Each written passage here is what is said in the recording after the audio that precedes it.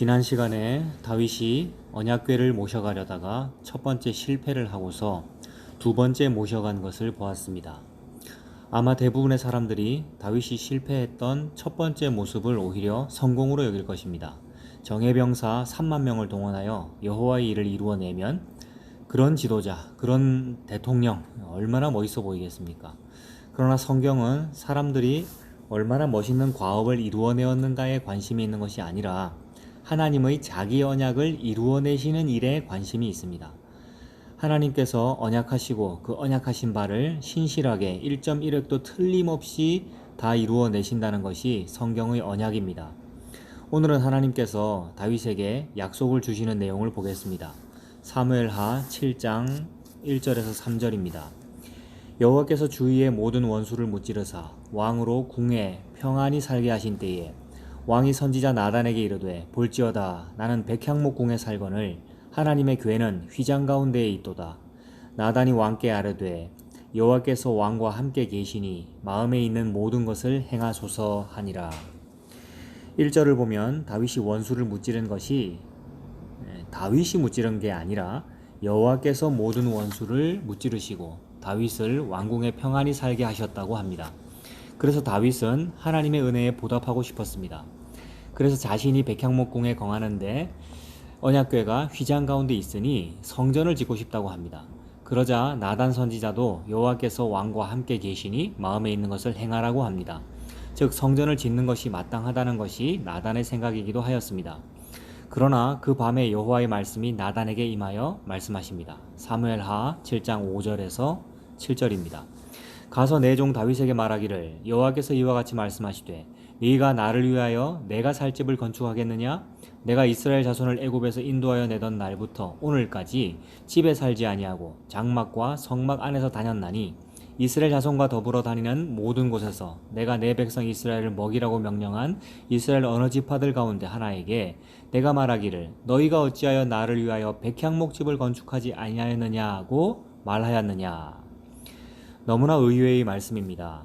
하나님께서 그래 고맙다 네가 그런 기특한 생각을 하였으니 내가 더욱 너에게 복을 주겠다 라고 하시는 것이 아니라 내가 언제 너희들에게 내 집 지어달라고 말했느냐 라고 말씀하십니다.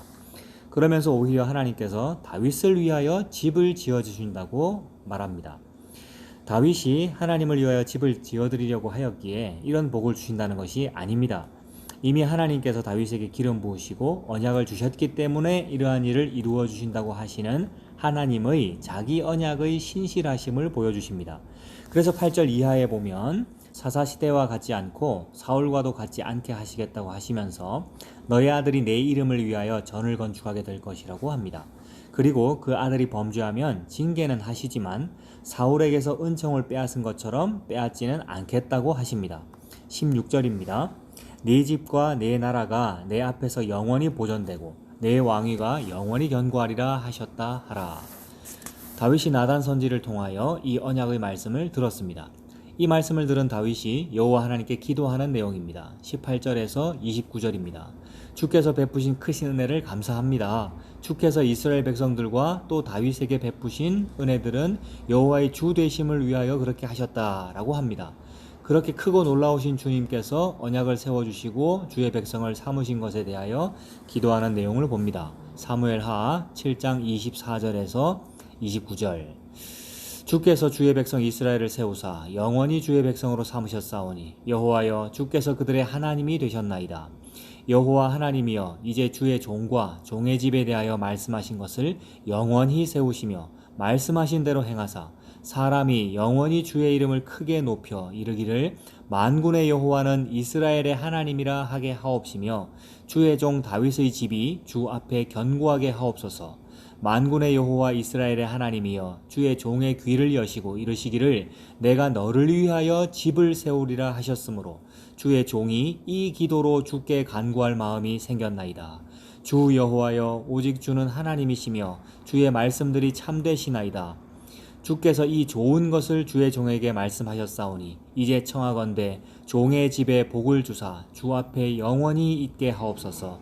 주 여호와께서 말씀하셨사오니 주의 종의 집이 영원히 복을 받게 하옵소서 하니라.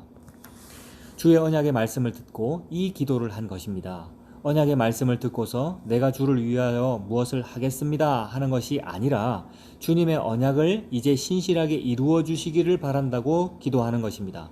어쩌면 뻔뻔해 보이지만 이것이 언약을 받은 자의 기도 내용입니다. 왜 그렇습니까? 주의 언약이 종의 집에 이루어지는 것이 복이 오니 이 언약이 종의 집에 영원히 있어서 복을 받게 하여 달라고 간구합니다. 그런데 이 성경 구절을 교인들의 사업장이나 자기 성공이나 가정에 많이 사용하는 것을 봅니다. 과연 그 복의 내용이 무엇인지 알고 있는지를 모르겠습니다. 하나님의 언약이 이루어지는 것이 복임을 말하는 것입니다. 다윗의 이 기도는 하나님의 언약을 받았으니 그 언약대로 이루어지기를 기도하는 것입니다. 하나님의 이 언약대로 다윗의 아들이 성전을 짓게 됩니다. 성전을 다 지은 다윗의 아들 솔로몬이 기도하는 내용을 봅니다. 열왕기상 8장 17절에서 21절입니다. 내 아버지 다윗이 이스라엘의 하나님 여호와의 이름을 위하여 성전을 건축할 마음이 있었더니 여호와께서 내 아버지 다윗에게 이르시되 내가 내 이름을 위하여 성전을 건축할 마음이 있으니 이 마음이 내게 있는 것이 좋도다. 그러나 너는 그 성전을 건축하지 못할 것이요 네 몸에서 낳을 내 아들 그가 내 이름을 위하여 성전을 건축하리라 하시더니 이제 여호와께서 말씀하신 대로 이루시도다. 내가 여호와께서 말씀하신 대로 내 아버지 다윗을 이어서 일어나 이스라엘 왕위에 앉고 이스라엘의 하나님 여호와의 이름을 위하여 성전을 건축하고 내가 또 그곳에 우리 조상들을 애굽 땅에서 인도하여 내실 때에 그들과 세우신 바 여호와의 언약을 넣은 궤를 위하여 한 처소를 설치하노라. 여호와께서 말씀하신 대로 이루셨다고 합니다. 다윗이 성전을 위하여 준비하고 솔로몬이 지었지만 여호와의 말씀대로 이루어졌다고 합니다. 그러면 왜 성전을 지었습니까? 21절입니다. 내가 또 그곳에 우리 조상들을 애굽 땅에서 인도하여 내실 때에 그들과 세우신 바 여호와의 언약을 넣은 궤를 위하여 한 처소를 설치하노라.